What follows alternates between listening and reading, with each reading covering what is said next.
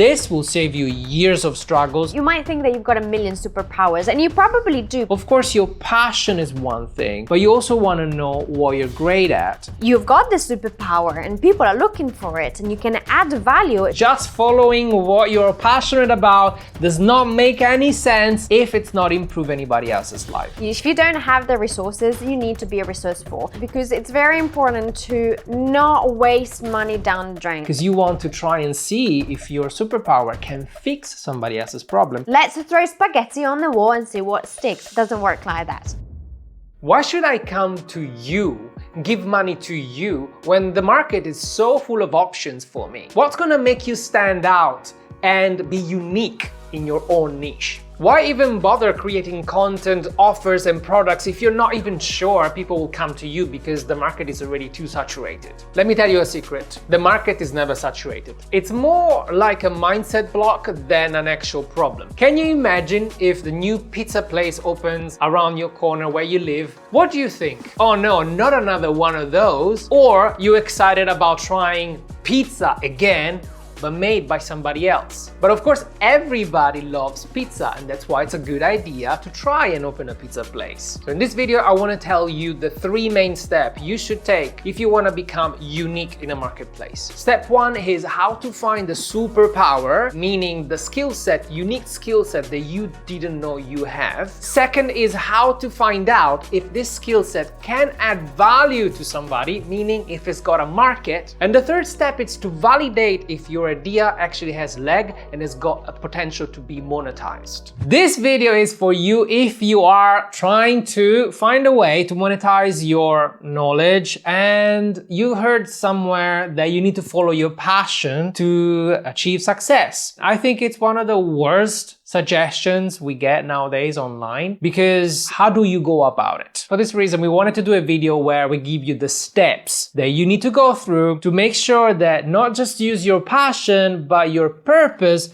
to actually make sure your business is going to be a success and actually useful to somebody. So this video is for you if you've had an experience in your job for many years, you're great at something because you're of course passionate about this specific discipline. If you're one of those person that when there is a specific problem in the family or friends that know you, call you for a specific thing, you are an expert on that thing. And that's a good indication that this video is for you if you want to monetize what you know best online. But let me ask you something. So where do I start? Because you've got all this great way of introducing this, like, yeah, but you're passionate and there maybe is something I do I'm good at. So do I concentrate on my passion, or is there a little different path that I need to concentrate on to figure out what I'm good at? Not only what my passion is, but what I'm good at.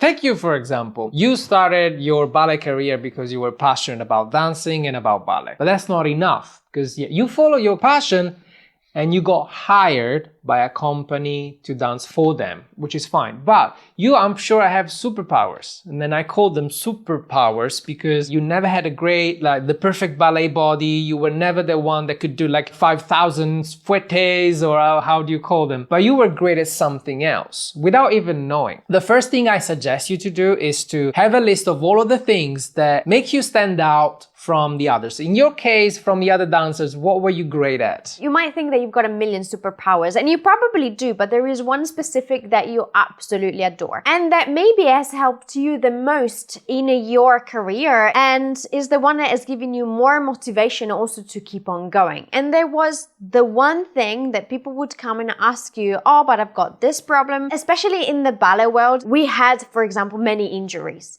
And every single person that I've come across, they had different injuries because the body is different. In my case was my back, because I had scoliosis. I still have scoliosis. I still wake up in the morning with pain, but I knew how to fix that pain. I've researched and I worked so hard on myself to fix that specific problem that I'm so an expert on that specific thing that, yes, I'm a very good dancer, but I also am very good at figuring out what my problematic in my back is, how to fix it, and also that can fix a lot of more problem. For example, how to be more flexible because my back wouldn't allow the rest of my body to let go. So that was my superpower. I can already count 2 superpowers. Exactly. Fixing pain, improve flexibility based on blockages. And blockages on a very specific point of your body. Someone else might have had a different injury. I still think about people that had knee injuries and operations. And so they know, they've gone through the frustration, the way of dealing with that frustration, the fact that maybe they couldn't go back to dancing straight away. They have experience on fixing something very for specific, themselves, right? Exactly. It might be something for them that they know very important exercises based on their body type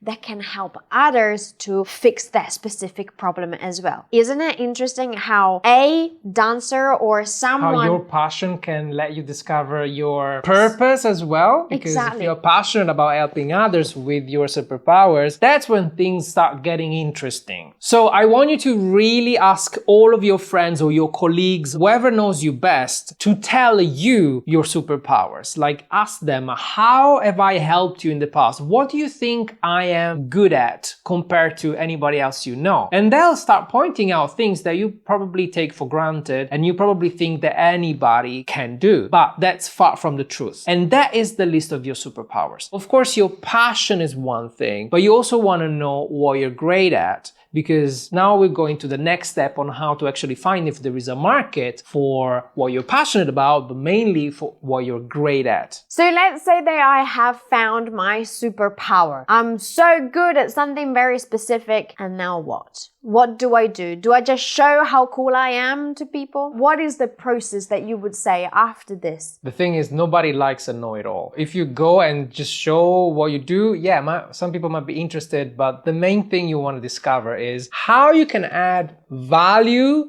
to others with your superpower. Like, can you improve somebody's life, or can you fix somebody's problems with your superpower? This is so crucial, because just following what you're passionate about does not make any sense if it's not improve anybody else's life. You might just do it as a hobby, and that's totally fine. But if we're talking about business, you need to serve somebody. Just make sure you are adding value to somebody, and that's the first step. So, for example, if you are good at training dogs, one of my clients actually is in that niche, and she's asked me, how do I find if there is a market for it? Of course, there is a huge market because everybody's trying to train their dogs, but that's not necessarily what they are looking for on Google, on YouTube, and you want to be sure you are tackling practical, specific problems, because that's what people need. They need fixes to everyday problems. Like, for example, how do I train my dog not to pee on the couch because it's a puppy, right?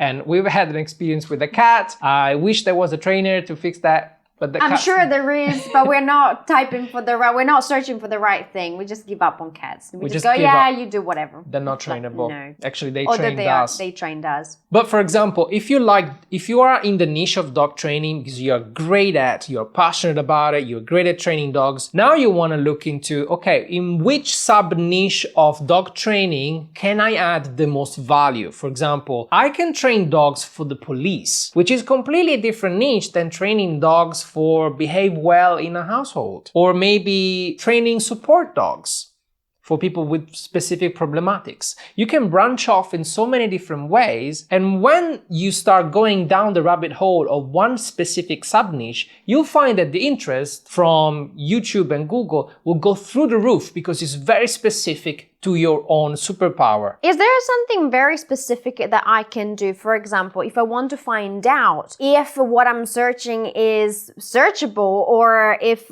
people are looking for it, what is the practical thing that you would tell me or you to say, go and do this thing right now? Yeah, I mean, the first thing is like go on Google or YouTube and start typing away stuff. For example, if that's dog training you start typing dog training and you find scattered researchers. Because of the reason I explained before. Change your search into how to train your dog, for example, and then wait for the search bar to tell you what people searched after they typed in exactly that. sentence. YouTube and Google will give you not what they think, but what the audience that are already trying to look for your services, for your superpower, what their problem is. And by analyzing what YouTube and Google tells you people are searching for, you can say, oh my God, there are 2 or 3 of these things that it's my bread and butter.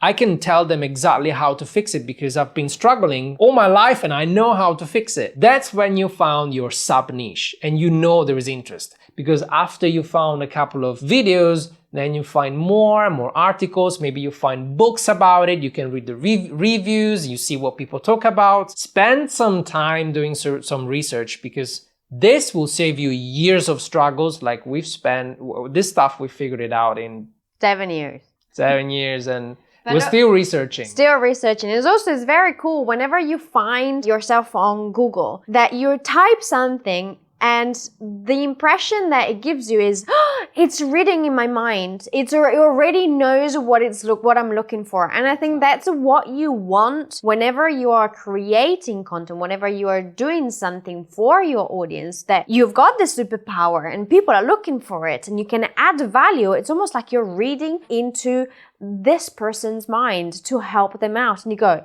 that's exactly what I'm looking for. Oh, by the way, if you don't know what to write in your sales page to sell your products or services on your website, you can actually steal our framework. We explain everything from A to Z on how to create an ethical but persuasive sales page. It's free. Just click on the link below and it's yours. And that brings me pretty much to the very third step that I know you've got into the magic hat, like putting out a magic hat. So how do I go on about to validate pretty much what my superpower is, if what I've discovered that I'm good at can actually go to market and can be interesting to other people? And they say, oh yeah, whatever you have, I'm gonna come and listen to you or eventually buy from you. I would suggest to do exactly what we did at the beginning, right? We wanted to hire studios, record videos with made up ideas. We didn't know if there was of interest and we stopped everything. We said, you know what, let's do some content online and see if we get some response. Isn't it silly? But that's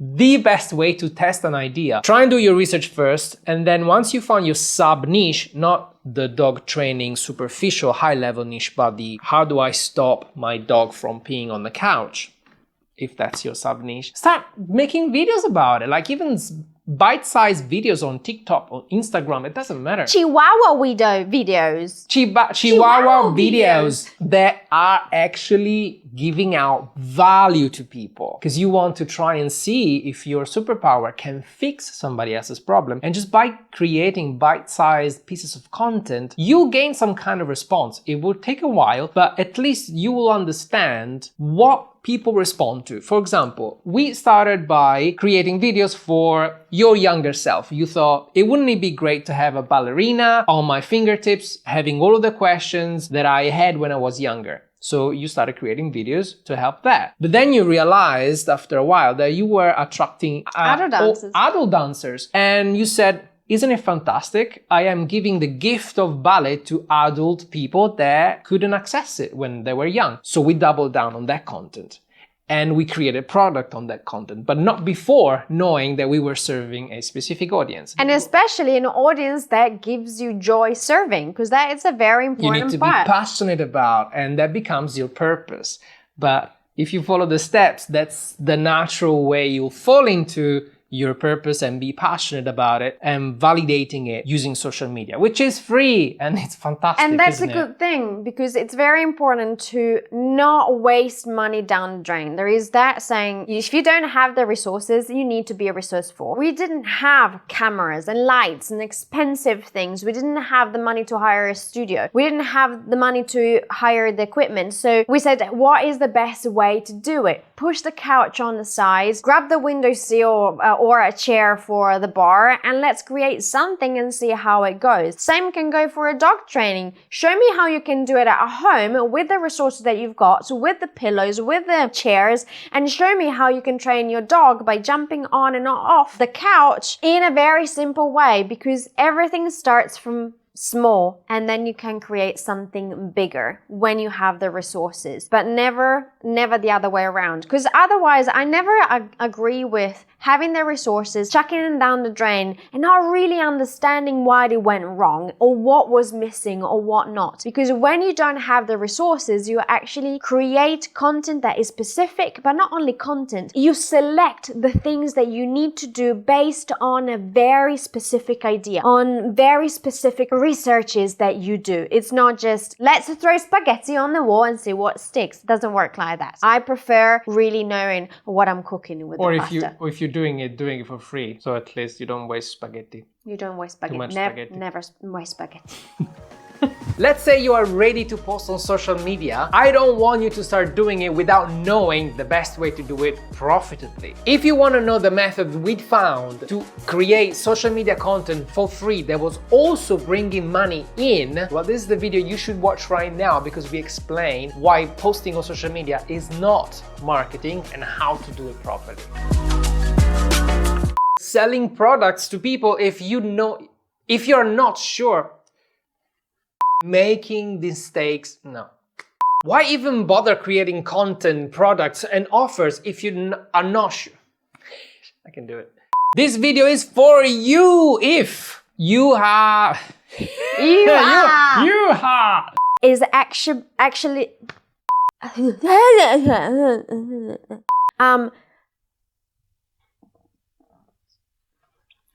have it!